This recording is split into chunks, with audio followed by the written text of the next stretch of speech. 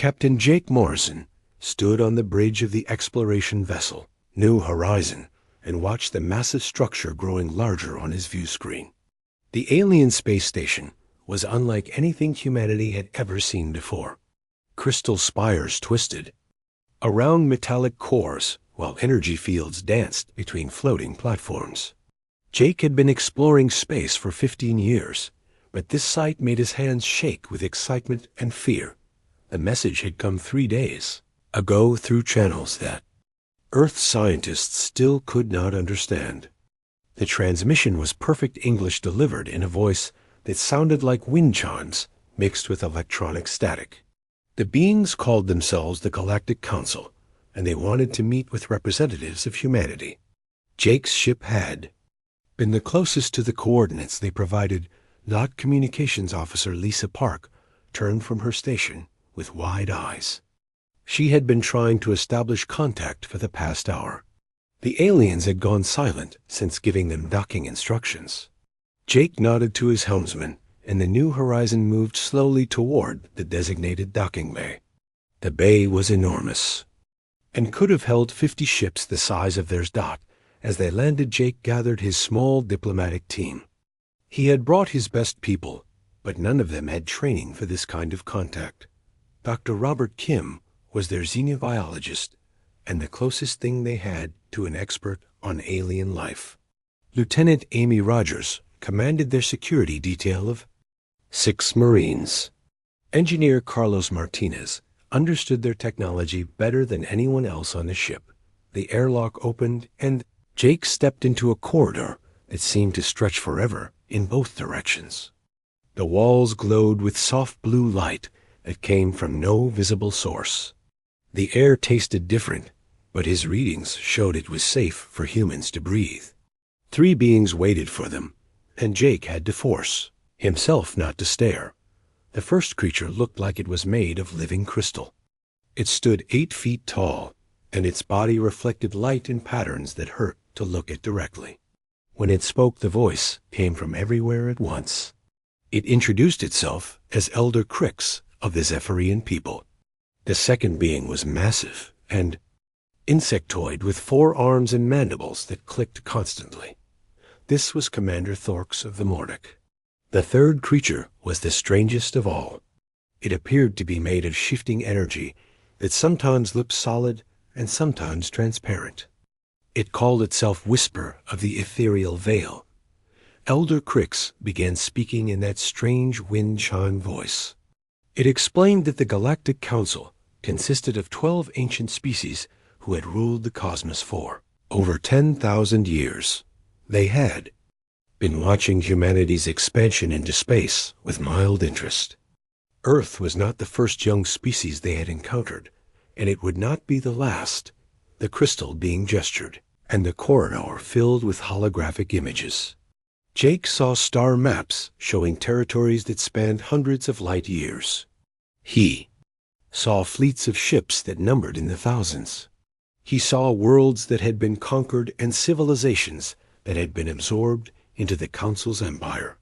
The scope of their power was overwhelming, Commander. Thorx stepped forward with movements that reminded Jake of a praying mantis. The insectoid warrior explained that every species in the galaxy faced the same choice when they developed space. Travel. They could submit to the Council's authority and become a client race with protection and technology. Or they could refuse and face conquest by military force. No species had ever chosen to fight and won. Whisper of the Ethereal Veil added that resistance was pointless because the Council's military might was absolute. They had perfected warfare over millennia. Their tactics were flawless, and their technology was superior to anything younger species could develop. The energy being showed images of past conflicts that had ended quickly and decisively. Jake felt his team's tension as they absorbed this information. Dr. Kim was recording everything with scientific fascination, while Lieutenant Rogers was clearly calculating their chances in a fight. Engineer Martinez was studying the alien technology around them with obvious interest. Jake knew he was out of his depth, But he also knew he had to buy Earth some time. The human captain asked for details about what submission would mean for humanity. Elder Crix explained that Earth would become a protectorate under Council authority. Humans would be allowed to keep their culture and basic freedoms, but all major decisions would be made by Council administrators. Human technology would be upgraded, and human territory would be protected from other threats. Jake asked what would happen if humanity refused. Commander Thorx's mandibles clicked in what might have been amusement. The Mordic warrior explained that refusal would result in immediate military action. Earth's defenses would be overwhelmed within days. Human resistance would be crushed, and the survivors would be relocated to designated worlds where they could be properly supervised. The crystal being added that this was not a negotiation. The Council was simply explaining the options available to humanity. They had given this same choice to thousands of species over the centuries. Some had submitted willingly and prospered under Council protection.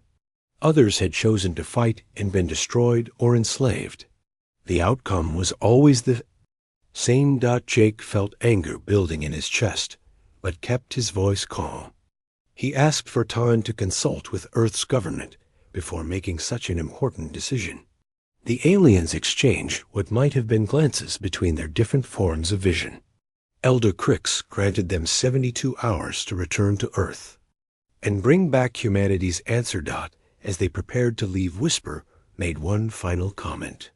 The energy being stated that the Council found humanity interesting because humans seemed to experience emotions that other species had evolved beyond. Fear and anger and hope were primitive responses that served no useful purpose in an advanced civilization. The Council looked forward to helping humanity overcome these evolutionary weaknesses. Lieutenant Rogers asked a question that surprised everyone, including Jake. She wanted to know if the Council species ever felt afraid of anything. The three aliens paused as if the question confused them. Commander Thorx finally answered that fear was an irrational response to potential danger. Advanced species used logic to assess threats and respond appropriately. Fear was a malfunction that prevented proper decision-making. Jake realized something important as they returned to their ship. These aliens had never experienced true fear. They understood danger and death, but not the deep psychological terror that could paralyze thinking. They had conquered the galaxy through superior technology and tactics, but they had never faced an enemy that could make them afraid. The new Horizon undocked from the alien station and began its journey back to Earth. Jake knew that humanity faced an impossible choice between slavery and annihilation. But he also suspected that these ancient species might have a weakness they did not even know existed. Fear might be humanity's greatest disadvantage, or it might be their secret weapon. As the alien station disappeared behind them, Jake began planning his report to Earth's government. He would tell them about the Council's overwhelming power and their demand for submission. But he would also tell them about creatures who had never known terror and might not understand what humans were capable of when they had nothing left to lose. Admiral Lisa Carter stood in the war room beneath the Pentagon and studied the faces around the table. Every major world leader had gathered for this emergency session after Captain Morrison's report from the alien station. The choice before humanity was simple but terrible. Submit to alien rule or face complete destruction within days. President Helen Martinez spoke first, and her voice was steady despite the gravity of the situation. She had read Morrison's full report 3 times and understood that Earth's military forces were completely outmatched. The aliens possessed technology that was thousands of years ahead of anything humans had developed. Their fleets numbered in the thousands, while Earth could barely field 300 combat-ready vessels. General Sam Hughes had been Earth's top military strategist for over 20 years. He explained that conventional warfare against the Galactic Council would be suicide. Their weapons could destroy continents, and their shields could deflect anything in Earth's arsenal. A direct military confrontation would end in humanity's extinction within hours rather than days. But Dr. Elena Vasquez raised an interesting point from her analysis of Morrison's encounter. The xenopsychologist had studied every detail of the alien interaction and noticed something significant. The council species seemed genuinely puzzled by human emotions, especially fear and anger. They treated these responses as evolutionary flaws rather than adaptive advantages. Morrison himself had returned to Earth with a proposal that sounded insane to most people in the room. He suggested that humanity request a demonstration battle before making their final decision. The aliens were confident in their superiority and might agree to a limited engagement to prove their point. This would give Earth's forces a chance to study alien tactics and possibly find weaknesses. Admiral Carter understood that Morrison's plan was desperate, but it might be their only option. She had spent her career preparing for conflicts with other human nations, not advanced alien civilizations. However, her experience had taught her that every enemy had vulnerabilities that could be exploited with the right strategy and tactics. President authorized Morrison to return to the alien station with Earth's counter-proposal. Humanity would agree to the demonstration battle as requested, but wanted to set the terms of engagement. They proposed a controlled conflict on neutral ground, with equal numbers of forces from both sides. The outcome would determine humanity's final decision about joining the council. 3 days later, Morrison stood again before the 3 alien representatives. Elder Crix listened to the human proposal with what might have been amusement. The crystal being stated that no species had ever requested a demonstration of council military superiority. Most young civilizations understood their position immediately and submitted without requiring proof. Commander Thorx was more direct in his response. The Mordic warrior explained that such a demonstration would be a waste of resources since the outcome was predetermined. However, he admitted that some of his soldiers were curious about human combat capabilities. The Council forces had not engaged in actual warfare for several centuries due to their reputation. Whisper of the Ethereal Veil added that the demonstration might serve an educational purpose.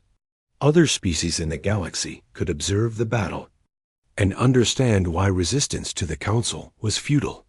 The energy being suggested broadcasting the engagement to show how quickly human forces would be defeated. Elder Crix announced that the Council would agree to the demonstration battle under specific conditions. The engagement would take place on the neutral moon of Kepler 442b, which had suitable terrain and atmosphere. Each side would deploy exactly 300 warriors with standard equipment. The battle would continue until one force surrendered or was completely eliminated. Morrison accepted the terms and returned to Earth with the details. Admiral Carter immediately began selecting personnel for what everyone knew was likely a suicide mission. She needed soldiers who could think creatively under pressure and adapt quickly to unexpected situations.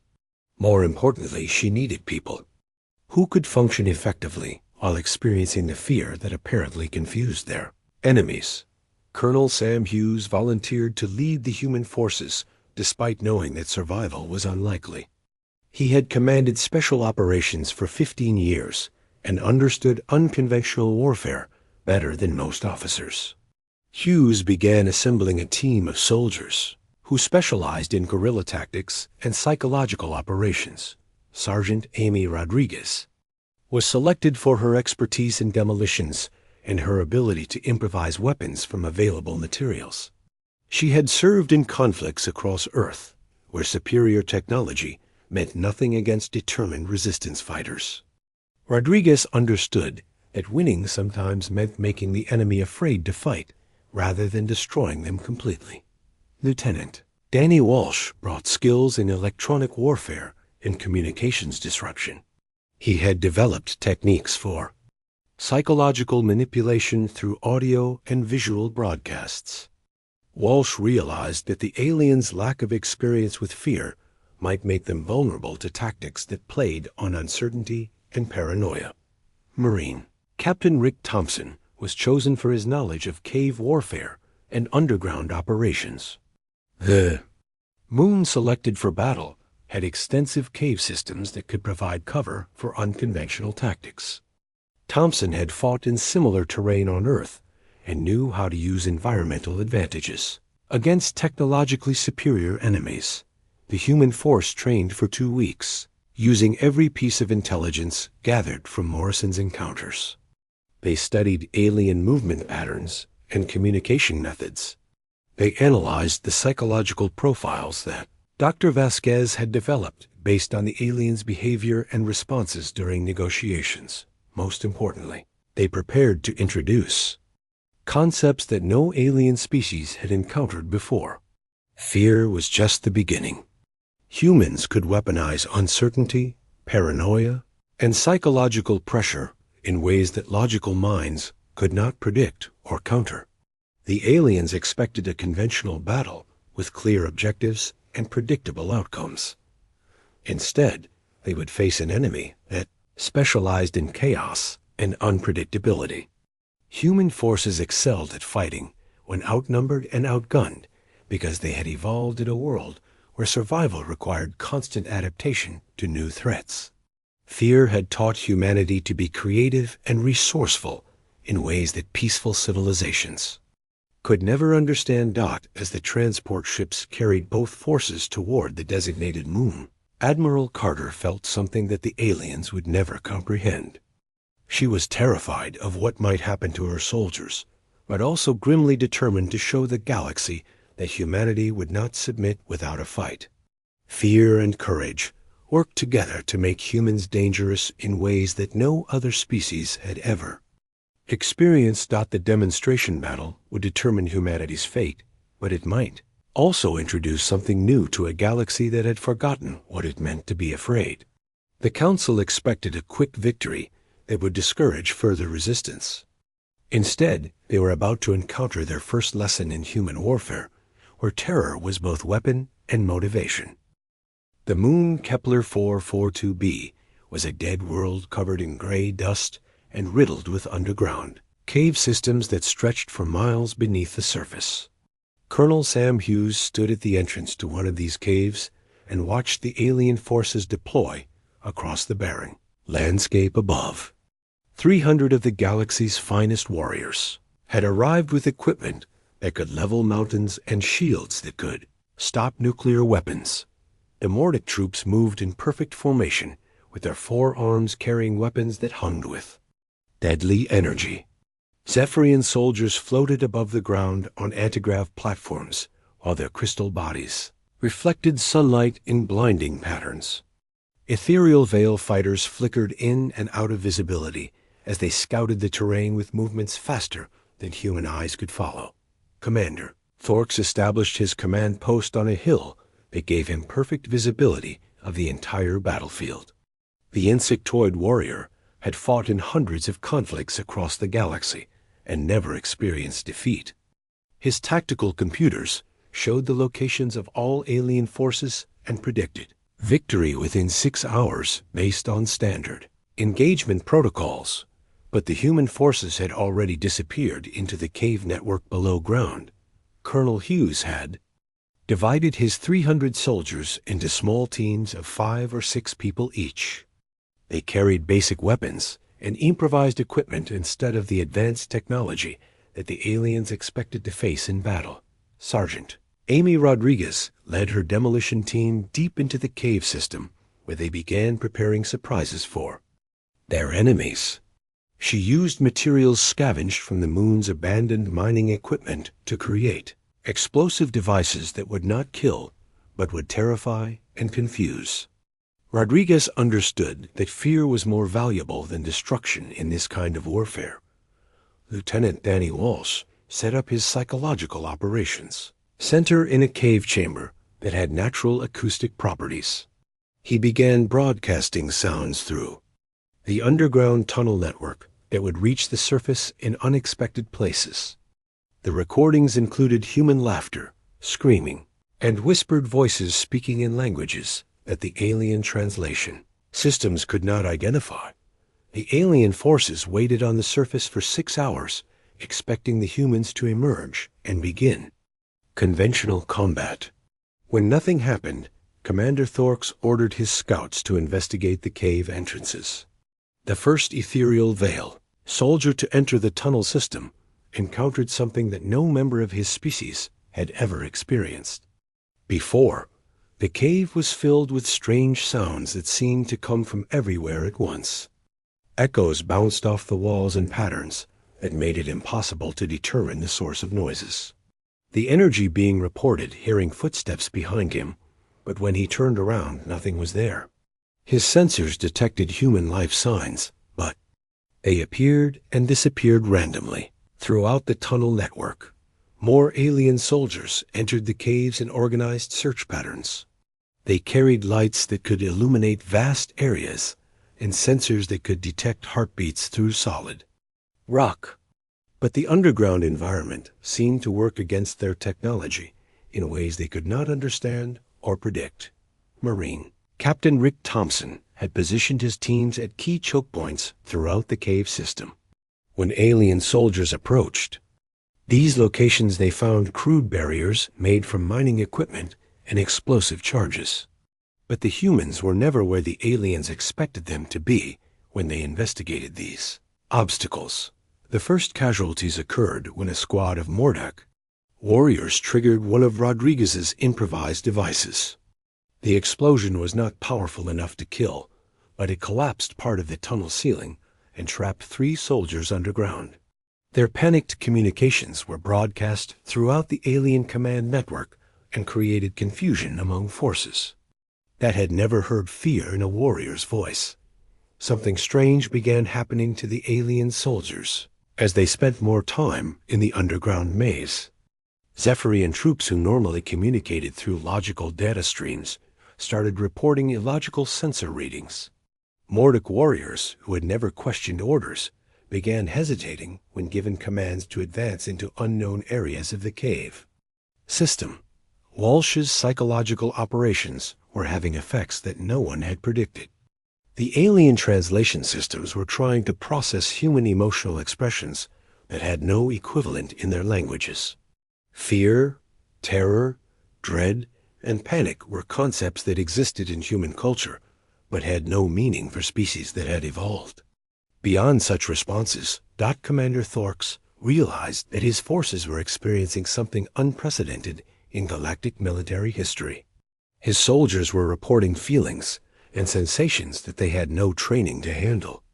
The insectoid warrior tried to maintain command discipline, but found that his own tactical certainty was beginning to waver for the first time in his career.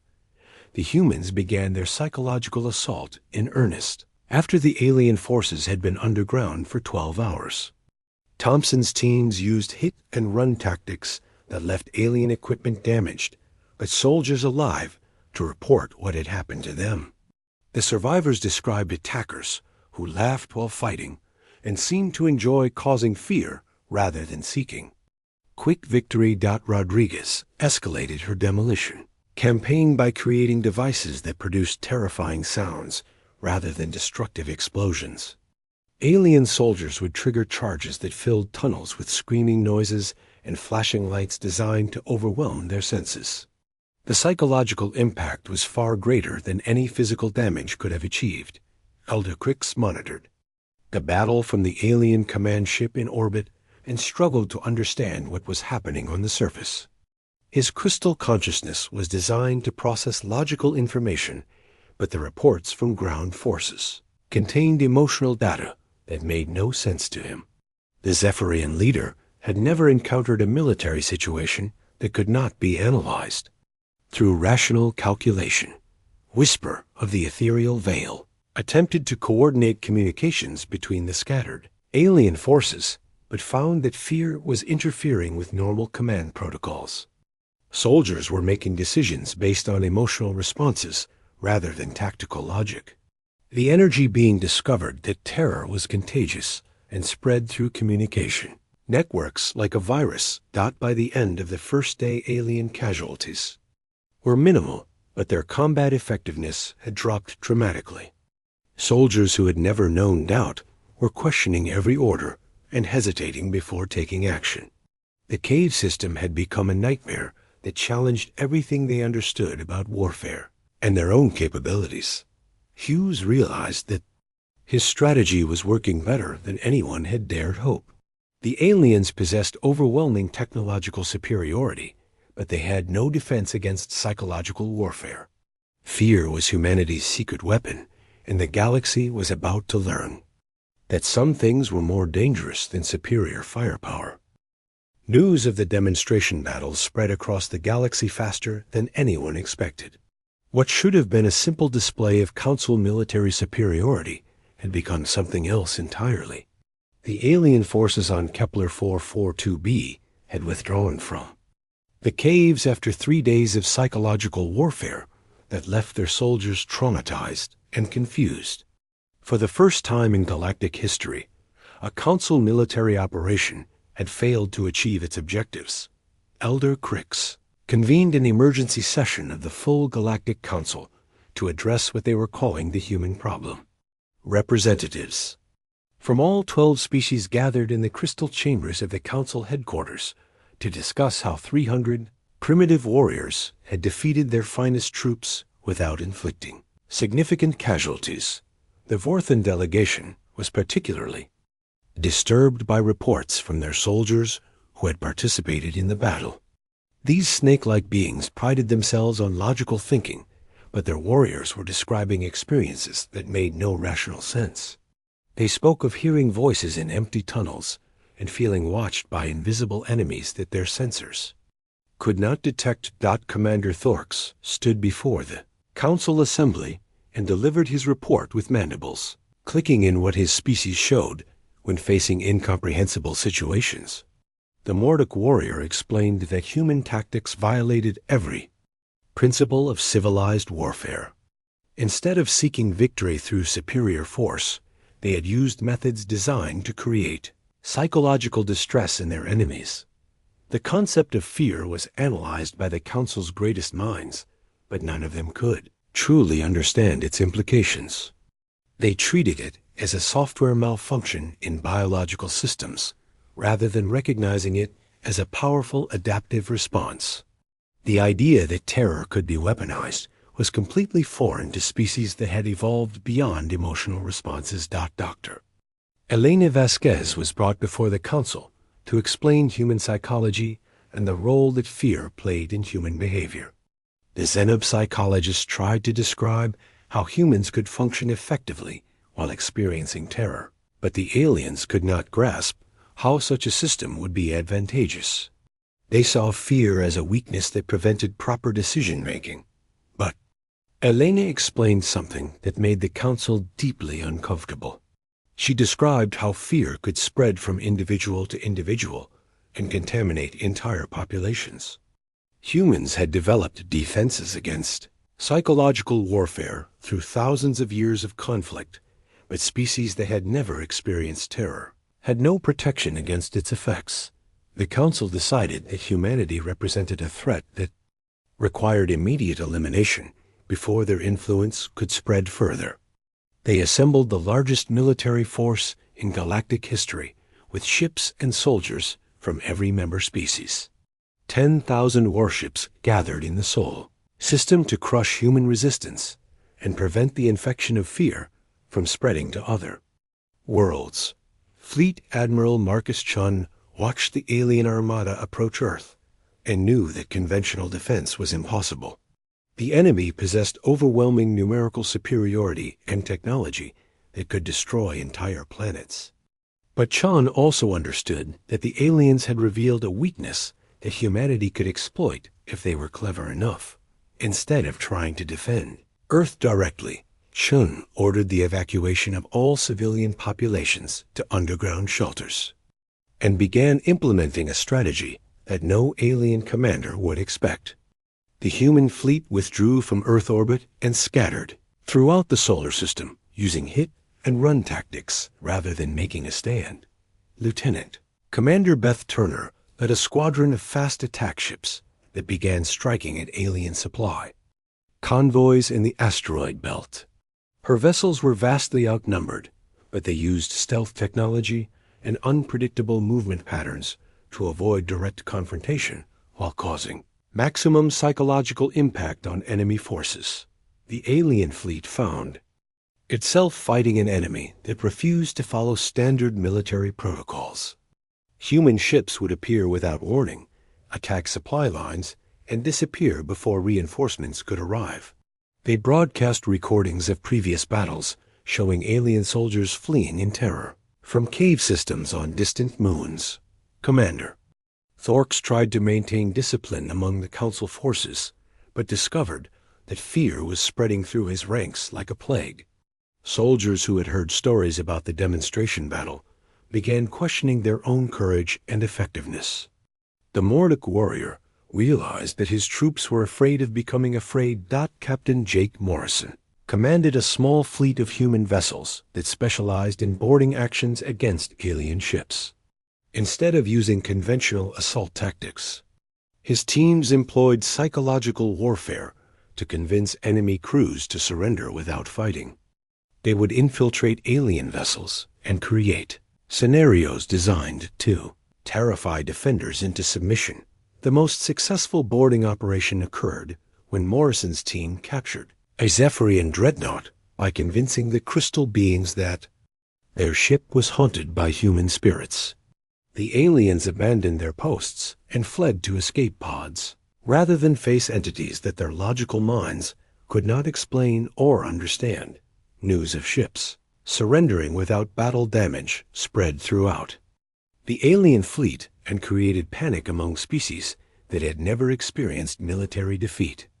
The concept of surrender itself was foreign to many council races who had always fought until victory or death.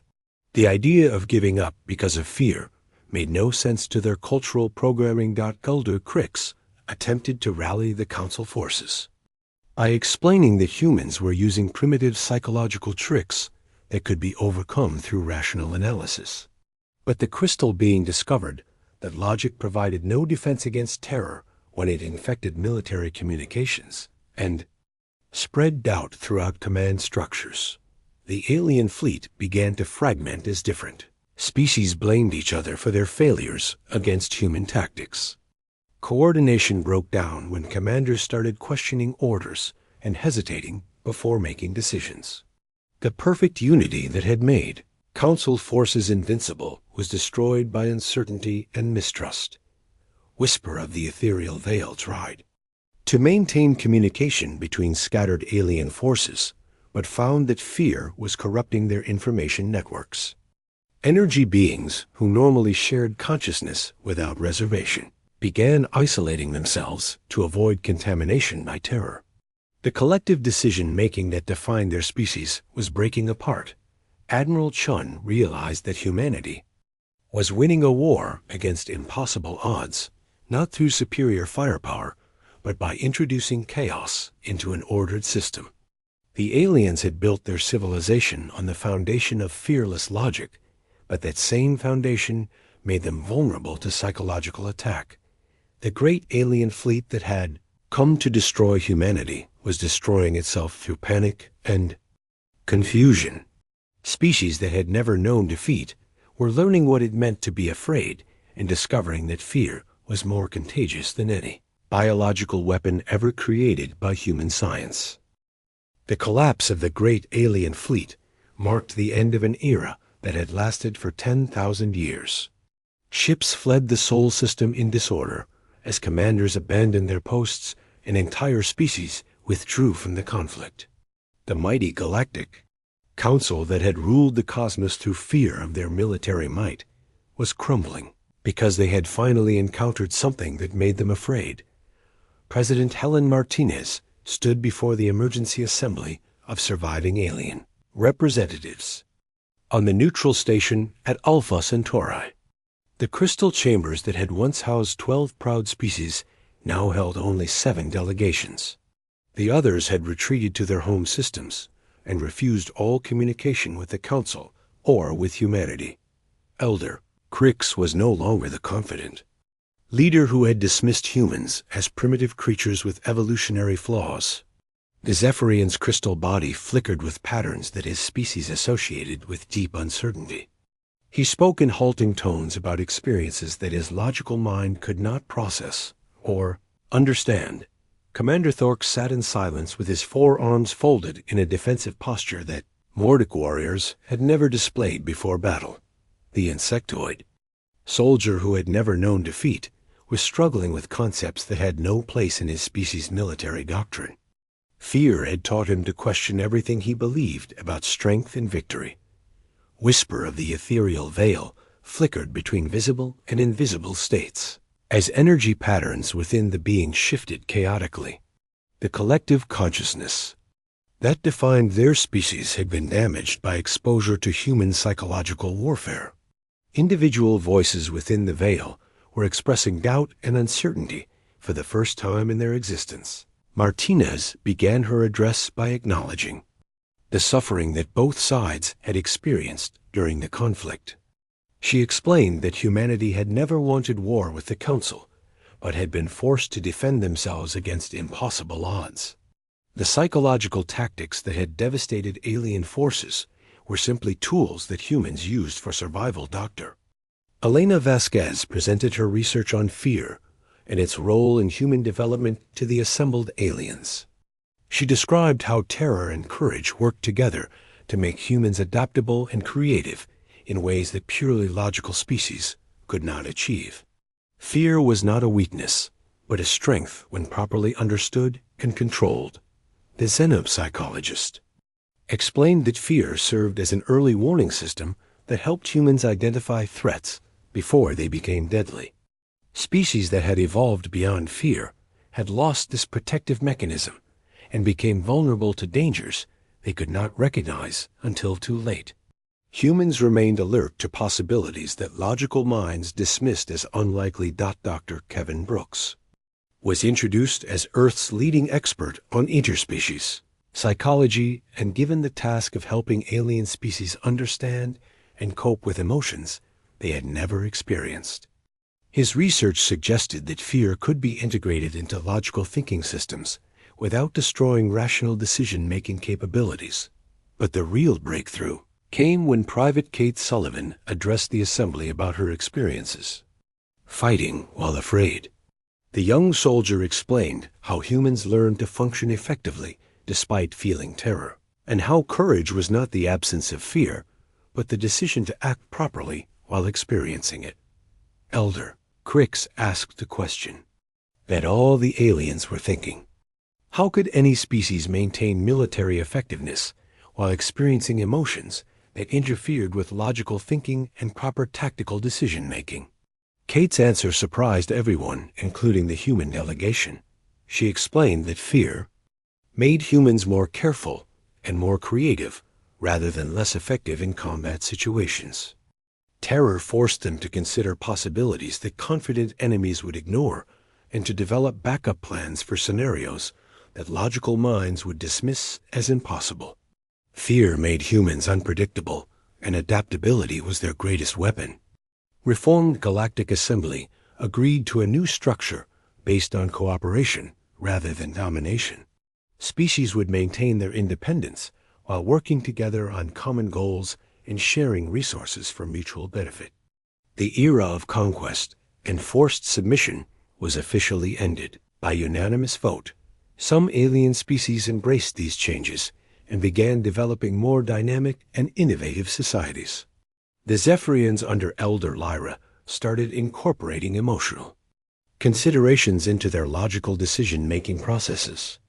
They discovered that uncertainty could lead to creative solutions that pure logic would never consider. The Moravians rebuilt their military doctrine around concepts borrowed from human psychological warfare. They learned to use fear as a tool for deterring aggression rather than simply overwhelming enemies with superior force. Their new approach made conflicts less likely and more quickly resolved when they did occur. But other species could not adapt to a universe that included fear and uncertainty. The Mordic remnant under War Chief Gax retreated to isolated systems where they tried to maintain their old ways of thinking. They built fortress worlds and refused contact with species that had been contaminated by human emotional concepts.